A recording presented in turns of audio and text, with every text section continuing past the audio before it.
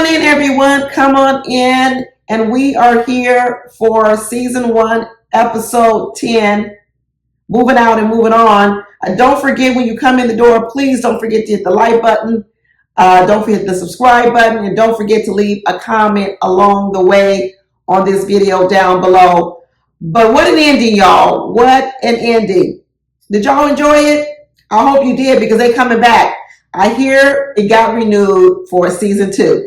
Isn't that wild that this show was on hiatus for 2 years, or was put on hold, put on ice for 2 years?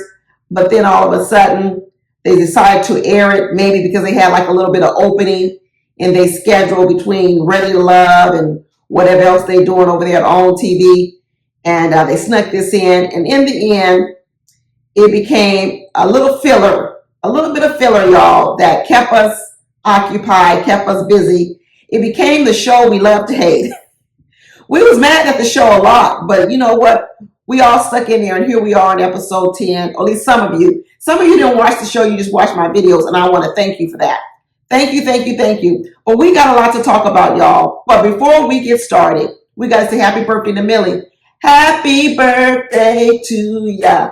Happy birthday to ya. Happy birthday. There you go, Millie. We all can never forget that June 21st is Millie's birthday. And yesterday when the show aired, it happened to be Millie's birthday. So happy belated birthday, Millie. We hope you had a good time. What you do, girl? Where did you go on your vacation for your birthday?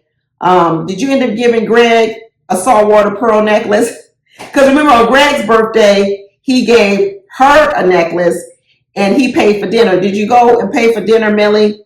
And what else? Did you do anything for him for dinner? We know they didn't, because we saw the end of the show and they're not even together.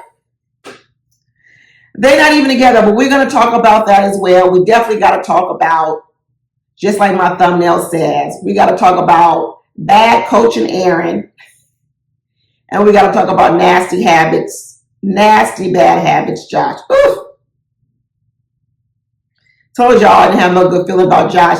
The signs were all over the place about Josh. In this episode, there were so many bells and whistles going off on Josh that I knew this was going to end horribly.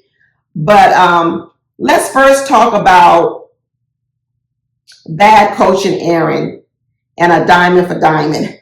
You know what? In the beginning of the episode, it started off looking promising, y'all. It looked promising. I was like, this is looking good. This is looking good. He got down on one knee, broke out that ring.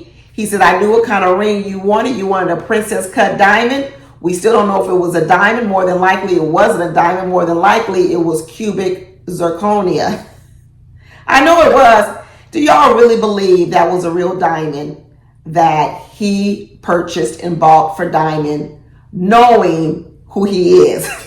Y'all know that was not no real diamond. So a fake diamond for Dymond, because we know it wasn't no real diamond. Absolutely not. Just like Chris said at the table, oh, you did good, man. I thought you was going to go buy $100 or $200 ring for her. It was less than that, Chris. It was less than $100 or less than $200. But they got engaged, and the next thing you know, he said he wanted to go suck her toes that night. Ugh. That ain't sexy. That was nasty. But the minute after the proposal, the minute after she said yes, everything went left. Went south. Left, south, whatever you want to call it, it went bad. Bad coaching Aaron's coaching went bad, and it went in the toilet. Which brings me to my first backdrop. This right here. A house full of broken windows. Because what do they say? They say people who live in glass houses should not throw stones. And it is so fitting for Aaron and Dymond, because all episode, all they did was talk about how you young people are young, we older, we wiser, we know more.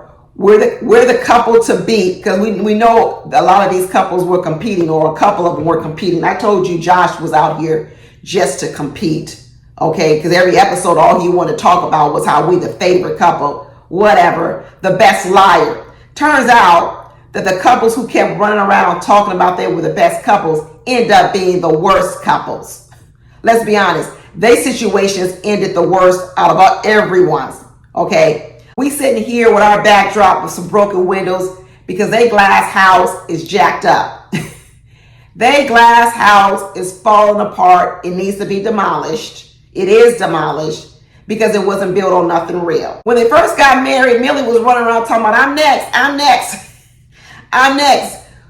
Girl, come to find out you didn't even make it 4 months past this house. You was not next. Not next at all. Shay was disgusted. Shay was over there talking about she needed a trash can. She wanted to throw up. She didn't even want to say congratulations to Dymond or even look at the ring Dymond had on. These two have so much animosity for each other. Dymond for Shay, Shay for Dymond. And come to find out, they both should have been keeping an eye on their own man. Instead of them fussing and fighting with each other, as it turns out, both Shay and Dymond should have been paying attention to their own man, because honestly, the two of them, between Josh and Aaron, they two peas in the pod. They're both out here trying to run women. Little tender Aaron was running around talking about he want to be the wedding singer. Woo, little tender Aaron. You know what I really like? I like little tender Aaron. I tell you, every time I see him on the screen, I just want to give him a hug. He's so naive in a lot of ways. We're going to talk about him and Jody a little bit later on. But little tender Aaron, he's so precious. He really is precious. I just want to say this. A little tender Aaron did an interview with, I'm going to give a shout out to another YouTuber, Rhonda. Somebody sent me a clip of little tender Aaron on her show. They did an interview. I didn't get to watch the whole interview. You guys can watch it. But I did skip through it, and I skipped to the end, and she asked an important question to little tender Aaron, and that was, hey, was there anything on the show in which you were misunderstood?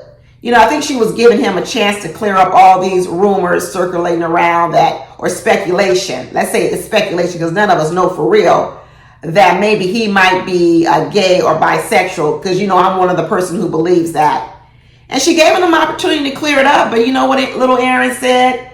Little Aaron said, yeah, the audience wasn't the only person who was thinking that. So it wasn't just us old people. He said that even the young people in the house, there was rumors circulating around in the house that who does little Aaron really bat for? Is he batting for both teams, one team, or which team? So you know what? Hey, he says he doesn't face it out in the world a lot, but you know what? Sometimes people don't say that to your face. I wouldn't say it to somebody's face is walking down the street. But one thing he didn't do, y'all, he didn't clear it up. He never said, nope, I'm not bi, I'm not gay, I'm pure heterosexual. He never said it. All he said was, what did he say? He said, well, if people aren't into what I'm into, something or another, that's on them. He doesn't care. Perfect. So what he said was, it doesn't bother him about the speculation, and if people don't get him, that's fine. So there we go. There's the cliffhanger. Will we ever know for sure? No. Aaron has said he doesn't owe anyone an explanation, which I've always said he doesn't. But you know what? I can have my own opinion. I can have my own ideas. And so since Aaron's decided that, hey, he's willing to let all of us have our own ideas, opinions, speculation, then hey, leave me alone. Everybody who keeps telling me, stop saying it, leave me alone. If Aaron doesn't feel a need to clear it up and he's okay with it, then everybody else needs to leave me alone. Come to find out, it ain't just the old people. Looks like the old people and the young people both had some questions. But let's get back to this bad coaching big Aaron, not little Aaron. Because like I said, after the proposal, things went left. Went really bad. And who knew that being messy was hereditary? We knew Dymond and Aaron were messy. But lordy, come to find out that being messy might be hereditary, because we know Dymond's sister can be a bit shady and messy, Irene. And now we find out that Aaron's daughter could be a bit messy too. Because when Aaron told his daughter that he was getting married, boy, was she messy. She started asking about all the other women. Who this woman, Harpo? Who this woman? Because what I want to know about are all these other women, Monica and all the other women. So we're going to have to change our backdrop. We're doing a wardrobe change. We're going from the house with cracked windows, the glass house, to the toe-sucking Aaron. Because who knew this many women were lining up out here in the streets waiting to get their toes sucked? Really, y'all? This is what's making Aaron hot out here in these streets. The fact that he's sucking toes for all these women. Now he got a roster, as he says, Coach Aaron. So he's not only a coach because he's trying to coach couples. He's also a coach out here with a roster of women lining up to get their toes sucked. Good Lord. So yeah, the daughter was messy. She was absolutely messy. And of course, we know Irene could be messy. She was messy again. Coach Aaron, when they was running around trying to win that furniture gift card for a house they ain't moving into. Ridiculous. Trying to be the favorite couple between them and Shay and Josh. These two was competing. Were these two couples all this week competing to be a favorite couple, all for a furniture gift card? Y'all look crazy. Y'all look absolutely ridiculous. But it all came tumbling down. The call came tumbling down because when they did the Zoom reunion, we find out that they're not even together. They're not even together no more. Dymond got played. Dymond sitting over here talking about Aaron didn't want to get rid of none of those women. None of them. He wanted to suck all them toes. All these toes here, he wanted to suck them. Dymond said this relationship was a hell and a nightmare. Both of them, both at the same time. So Aaron was running around sucking all the toes of all his exes, and Sharonda asked Coach Aaron, are you willing to give up all your exes to be with Dymond? And he said, a hell to the no. He said, hell to the no. He said the engagement was on pause. Is it on pause or is it just canceled? Which one is it? Is it on pause or is it on cancel? And I believe that it's been canceled because we 2 years later, and if Dymond and Aaron were married by now, we would have heard about it. He's been up in these comments in everybody's channel. So if he and Dymond were actually back together, we would have heard about it. So it ain't on pause. It's on cancel. Just like Kenya Moore over there on Real Housewives of Atlanta. Is she suspended or she fired? She's fired. She is fired, and so are Dymond and Aaron. Fired. Let off. Let go. We don't want you back. Call it whatever you want to call it. It's over. And talk about another couple where it's over. It's over with Jody and Aaron. Thank goodness.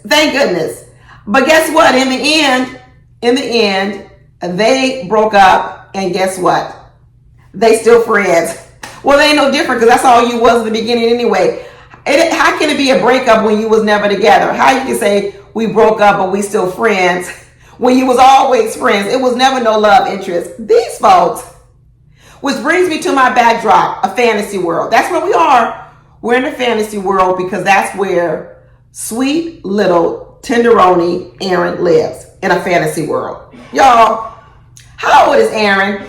Can Aaron really be this naive, y'all? I really don't know what's going on with little tender Aaron. He really is naive. And they had the Last Supper. It was the Last Supper, all right. Jody prepared the Last Supper for little tenderoni Aaron. And he ate, and then he got let go.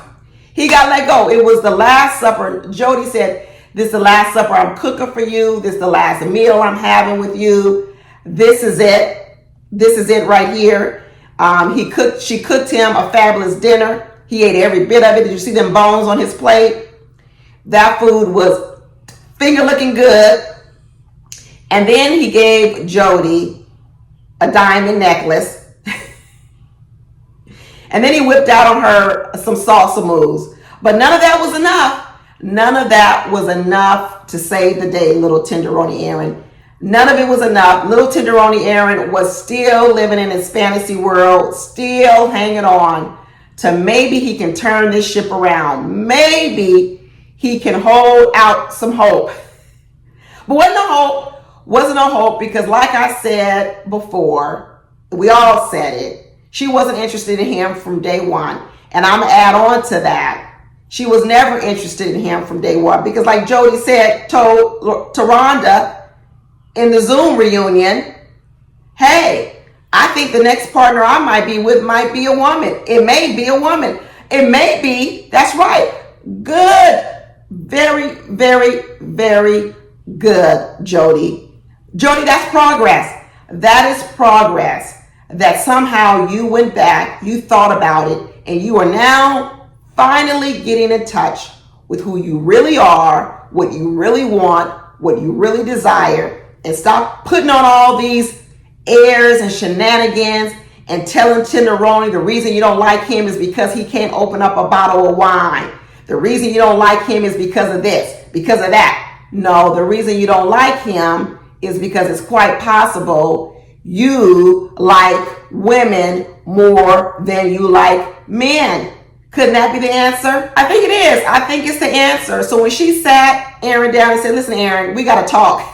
On this last day before I pack my bags and get out of here, we're going to need to talk because we're not on the same page. We need to have a conversation. A little tenderoni Aaron sat there like, hey, what's about to happen? I don't even know what's going to happen. Tenderoni Aaron, you didn't see this coming. You didn't see this coming. I guess you can't see nothing coming when you live in a fantasy world because that's where little tenderoni lives. A fantasy world. He need to go back and do some of the same work that Jody did. He really need to get some thought about what type of partner he really, really wants. She said, I need to be honest. For the first time since we've been on this show, I need to be honest. Finally, I need to be honest with you and tell you, hey, my heart ain't in this. I'm not into you. I don't want you. And I don't really want to hurt you. Too late. Too late, Jody. Too late. You've already heard him. But you know what? Hey, it ain't all your fault, Jody, because listen, he should have seen this coming. He should have known better. He should have read all the signs. The writings were on the wall. But I guess when you living in a fantasy world, you can't see nothing. You can't hear nothing. You're not even using your brain. He did finally admit that, maybe I was chasing an idea and not reality. Bingo, little tenderoni Aaron. Bingo. You was chasing a fantasy, not reality. You had in your mind what you hoped would be, and that's what you was going off of. But what you hoped would be was nothing like you were experiencing, like I said, a fantasy world. And you hung on to that. So maybe that's the work you need to do. Maybe you need to get out of your fantasy world, period. Because I think you live in a lot of fantasy worlds. Even when you said on that interview that you don't believe anyone else has ever questioned your sexuality, that's the fantasy world too. Because I know for sure I'm not the first person to come around and question it. Okay, so whether you've heard it, whether you believe it, whether you want to believe it, there's several people out here questioning it. So like I said, Tenderoni Aaron, he lives in a fantasy world, but that's okay. He can live there, but everybody else ain't. And Jody said, I'm not living here no more. I'm not going to keep living in this space where I'm going to keep pretending I like you, I want to be with you, and that we got a chance. And so I'm going to tell you right now, right before we get ready to go. Jody just stayed on this show because she wanted to be on TV. Jody ain't never liked this man. Come on, Jody never was attracted to this man. As a friend, she was attracted to him. In fact, Jody seemed to have gotten along with a lot of the men in the house. To be honest with you, I really don't know too many men in the house that didn't like Jody. It seemed like the men liked Jody, but it was the women who seemed like they had a bit of a problem with Jody. But Jody got along with all of the men until they find out that she's their competition. Until they find out that if they go to a bar together, Jody gonna be hitting on the same women they hitting on. After Jody broke up with Tenderoni Aaron, she gave him this big old hug. That was the best hug ever. We talk about the best kiss ever. That was the best hug Jody gave Aaron all episode, and it was the goodbye hug. So it was the Last Supper and the goodbye hug. And that's the happiest I've seen her all episode, besides when she kissed Sandia. There's only a couple of times I've seen Jody really happy. That was when she kissed Sandia. And as she said when she was leaving this house, that Sandia is her favorite person. I believe it. I think Jody fell in love with Sandia. Be honest with you, I think on this episode, Jody fell in love with Sandia. And maybe what Jody was hoping for when she was rubbing up on Chris and co-signing on Chris and stuff, maybe what she was doing was she was really trying to forge a threesome with Jody and Chris. Because I think Jody fell in love with Chris. Because let me tell you, she gave Sandia a really big hug, a really big one. And I already know Sandia ain't looking to be friends with Jody. No way. No way. After they broke up, they came running back in the house. We broke up, y'all. We broke up. They act like they was announcing they won the lottery. Folks didn't even believe him at first because they were so happy and joyful. Lover boy Chris over here was talking about the movie that he likes the best is The Notebook, and Jody was like, my best movie is The Breakup. The Breakup. That or Set It Off, one of the two. So although Jody and Aaron didn't make it as we suspected, because she said her favorite movie is The Breakup, Lover boy Chris over here said his favorite movie is The Notebook. Lover boy Chris, he says he's sweet. He says he's a relationship person. He seems to be doing all the right things with Sandia. Guess what? They're really the only couple that's still together. I can see it. I can absolutely see. I can see that Sandia didn't leave him. And guess what? They not only still together, Sandia tells us that she's in with the mama. Sandia says she see that mama every day. I think she said she see his mama and his sister every single day. But I hope that don't mean because Chris lived with his mama and his sister. That might be the reason why. Sandia, you see Chris's mama and sister every day. Is that because Chris still lives with his mama and his sister, or do y'all go over the house every single day? Or do all y'all just live together? I really would want to know, but no matter what, they a family, y'all. They a family. Chris has met Sandia's parents. So they one big family. So I guess we can be expecting a ring really soon coming from Chris. But Chris says, I ain't changed that much. I still believe women make bad decisions. And Sandia said, well, what bad decision have I made that you can point to? Chris didn't open up his mouth, so he might have learned something. Maybe he learned something because he kept his mouth shut. Because otherwise, if she makes bad decisions, then why the heck is she with him? But my backdrop for Sandia and Chris is the prayer room, the prayer closet. Because the way I look at Chris and Sandia is, I'm worried about her. I am worried about her. But y'all ever have somebody that you worried about, but they want to do what they want to do? They want to go about it their way.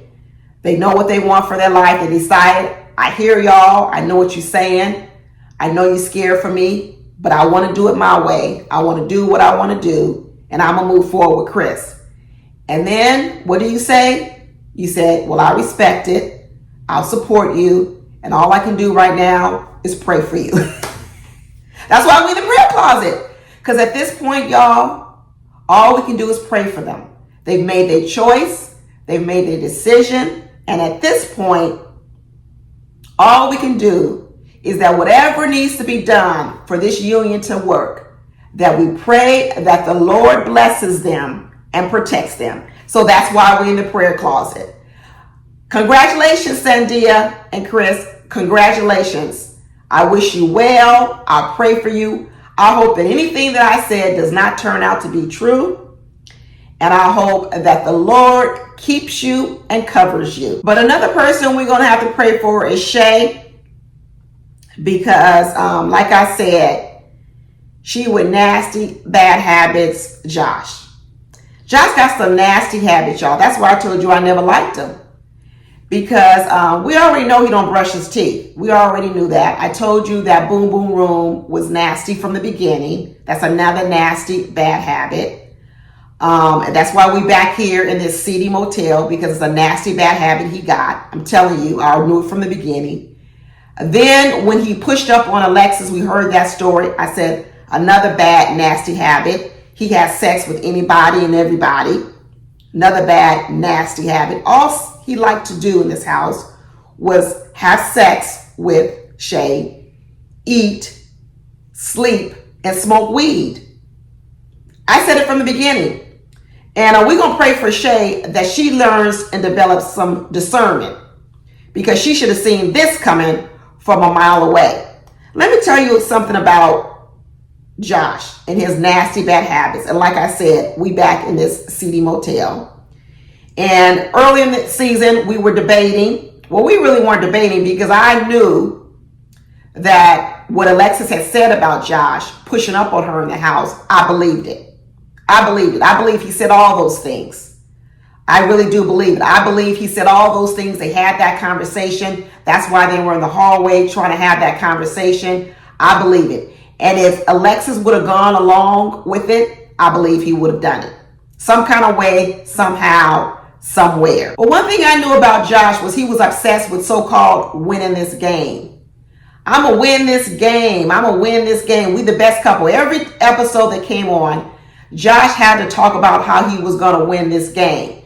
And let me tell you, we not only in this seedy motel now, but before Josh and Shay left, what he said, let's go get another quickie in a seedy motel room. Ugh! And Shay did it. That's another reason when I knew he was a snake. Really? So we're about to leave and this is all you can think about doing? Yep, that's what he can think about doing, because that's all he was there for from the very beginning. He was really just there for the sex. And let me tell you something else I noticed. Did y'all notice that when they did the Zoom reunion, that Josh was filming in a hotel room? Go back and look. A hotel room. Josh got a whole family at home. So when they did the Zoom reunion, Josh said, I can't be on camera in my house because I'm living with a woman, probably one or two of both of my kids, or there's another woman here. He couldn't even film from his laptop in his house. He had to go to a hotel room, another probably seedy hotel room. But after Aaron and Dymond got engaged, let me tell you what else I saw the nasty bad habits of Josh. And I think it was Greg or someone said, okay, Josh and Shay, since you the number one couple, you next. And Josh said, no, I ain't next. I'm not next. Millie and Greg are next, because Greg said 6 months. And then that's when Josh started backpedaling. That's when the real truth started coming out his mouth as he was packing his bags and leaving. All he was worried about was going and having a quickie in the boom room for 6 minutes. That's what they said. It only took 6 minutes. It only took 6 minutes. That's why these hotels rent by the hour, because they know it ain't going to take long. Josh can rent the city motel room by every 10 minutes. He don't even need a whole hour. He probably asking for a refund. All this was just to be on TV. All this was just to play Shay. All this was just to get a free vacation in California from Memphis, Tennessee. And all this was just to win a gift card from the furniture store. So that's where we are now, from the seedy motel room to the furniture store, because that's what Josh got out of it. I hope he didn't even get that card. Was it one card for $5,000 or two for $2,500? Who got the card? I sure hope Shay took that whole card. Maybe that's why Josh is in a hotel room, because maybe the woman at home realized what he had gone to do, and now he'd been put out the house, and now he had to go rent a hotel room. So you don't need no furniture gift card because you are homeless. Homeless. He started backing up. I saw it coming. He started using phrasing like potential wife. When they started talking about, oh, you next, Josh and Shay, Josh said, no, we're going to leave here and go back to Miami, and then maybe Shay will be a potential wife. Remember before he said they're going to get married in 2 years. Now she been demoted from getting married in 2 years to now saying she could be a potential wife. Then he said, possibly in 6 or 7 months, we might move to Texas together. So what you're telling me is, Josh, before you even leave this room, you emphatically say, nope, we ain't gonna be next in 6 months or 7 months. I don't even know if she's really gonna be a wife, because it's only a potential wife. And then possibly we might move to Texas in 6 months. And then he said, then maybe in one day we'll be married. So you got a potential, you got a possibly, and you got a maybe in there. Girl, Shay, you got food. You got food by a nasty man with some nasty, bad habits. Never trust a man that don't brush his teeth. Don't ever trust a man that don't brush his teeth. Shay lets us know that once they left and went back to Miami, she didn't even talk to Josh. She didn't even talk to Josh. That she said she might have talked to him twice. And Josh said, yeah, that's because you didn't call and check on me. You didn't care about me. I lost my best friend, Warren. May he rest in peace. And I also left a cousin. And you didn't check on me. That's why we fizzled out. Really? Do we really believe that? Do we really, that's the reason why he stopped talking to Shay? Or is it all the women he wanted to take to the city motel? I think it's all the women, Josh. In fact, I don't even think you was truthful to the women you left in Memphis, Tennessee. I don't think they knew. They know now, though. They know now, which might be why you in that city motel room, because you probably got kicked out your house. Shay says she's not chasing no man. You may not chase him, but you sure do sit around and wait on him for 12 freaking years. I hope you're not sitting there for another 12 years waiting on Josh, Shay. I hope this is it. I really hope this is it. Because like you said, he's a whore with nasty, bad habits. And you need to move on. Move on, Shay. Move on. And the last couple that did not make it was the birthday girl. Birthday girl, Millie and Greg. And on this birthday for Miss Millie, where are we going to go? We're going to go to the smash room. We're going to go to the rage room.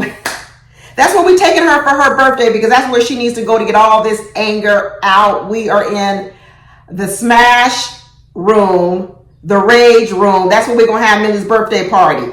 Millie and Greg. I knew Greg wasn't going to be able to handle Millie. I knew the minute that Millie cussed out Greg, the way she cussed out Chris, and the way she cussed out everybody else, that was going to be the end for Greg. And there it was.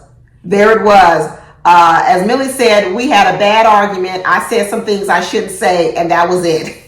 It didn't last long. Listen, anytime you see someone do something to one person, it's only a matter of time before it turns on you. The clock was ticking on Greg. The clock was ticking on the day that Millie would blow up on Greg, and the day came. The day came. It didn't come on a birthday, but it did come. You know it ain't a good thing when Jody says you just like me. Even Jody told Millie, girl, you just like me. We both loud AF. Millie should have been mad. No, Jody, I'm not like you. I am not like you. She should have been fighting for herself. But Jody was, girl, you can run, but you can't hide. Just like in my outro music says, you can run, but you can't hide.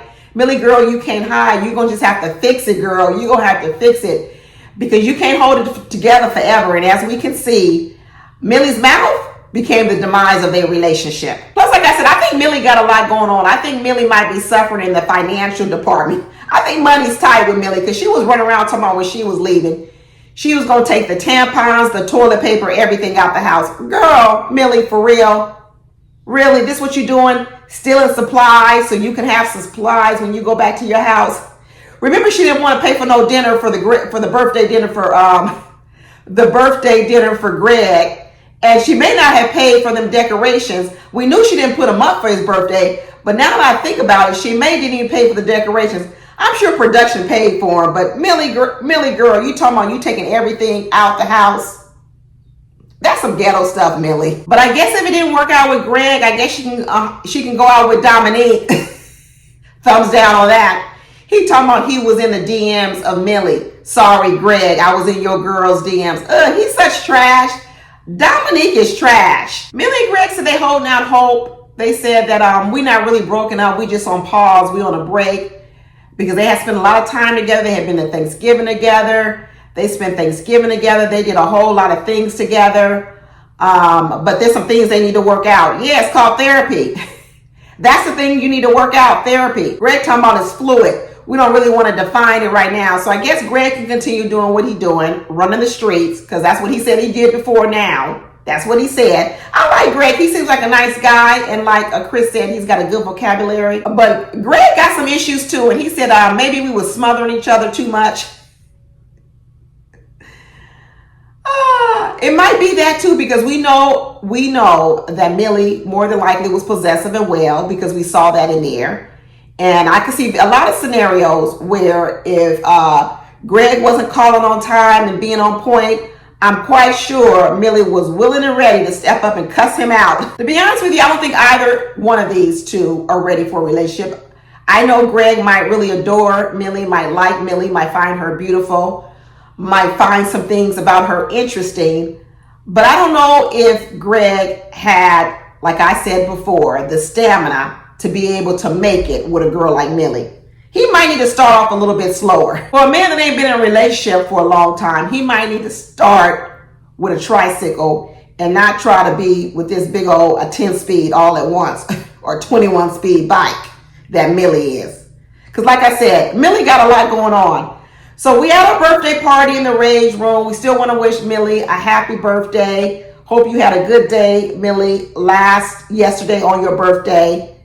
But girl, go get some therapy to handle all that rage and anger and those loose lips and that sharp mouth, that sharp tongue. And Greg needs to probably go off and get him some therapy too. And then maybe a few years down the line, both of you will be more and better prepared for a relationship.